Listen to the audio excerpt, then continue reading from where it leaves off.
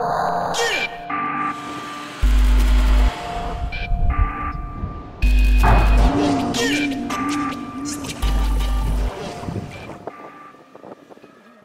avons ici à Gaillon une carrière de granulats qui produit globalement 300 000 tonnes de matériaux par an à destination du marché du bâtiment et du marché local, donc des entreprises du bâtiment local.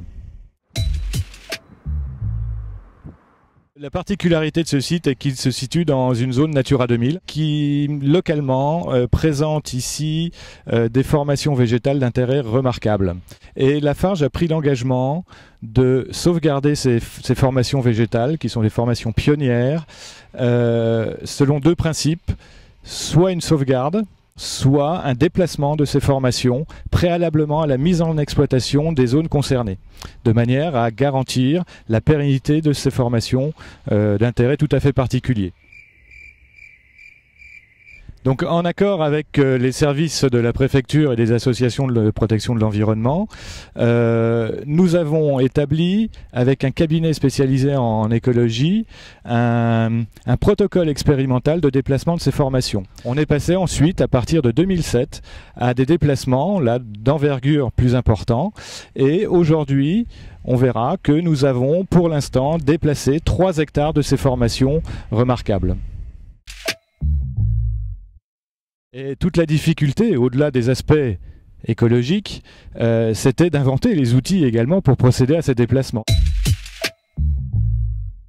Donc on a inventé une plaque que l'on soude sur un godet de chargeuse qui nous permet de prendre une plaque de 4 mètres carrés, 4 à 6 mètres carrés en fonction des faciès, et qui nous mobilise en fait 2 personnes. Une personne conducteur d'engin et une personne sur le terrain pour la mise en place et pour le déplaquage.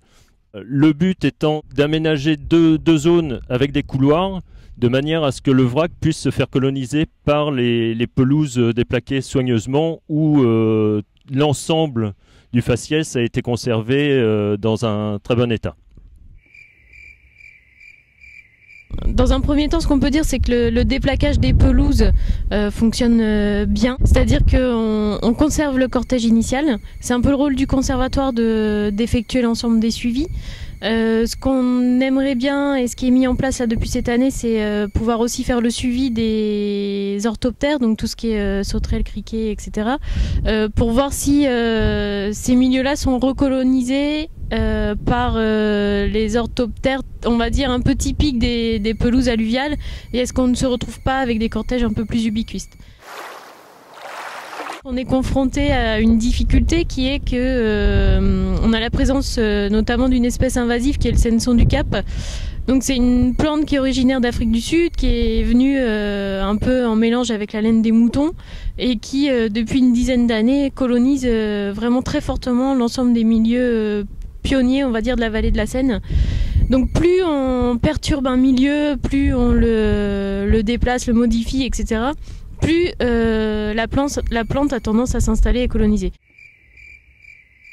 La zone de renonciation est une zone sur laquelle il n'y aura pas d'exploitation. On a renoncé à l'exploitation sur ces secteurs-là, du fait des intérêts botaniques ou ornithologiques, ou d'intérêt également archéologique qui avait été identifié au moment des diagnostics archéologiques. Donc cette zone est protégée, elle est clôturée, elle est pâturée actuellement avec les animaux du conservatoire des sites naturels de Haute-Normandie. Il n'y a pas de protocole de déplacement, on protège.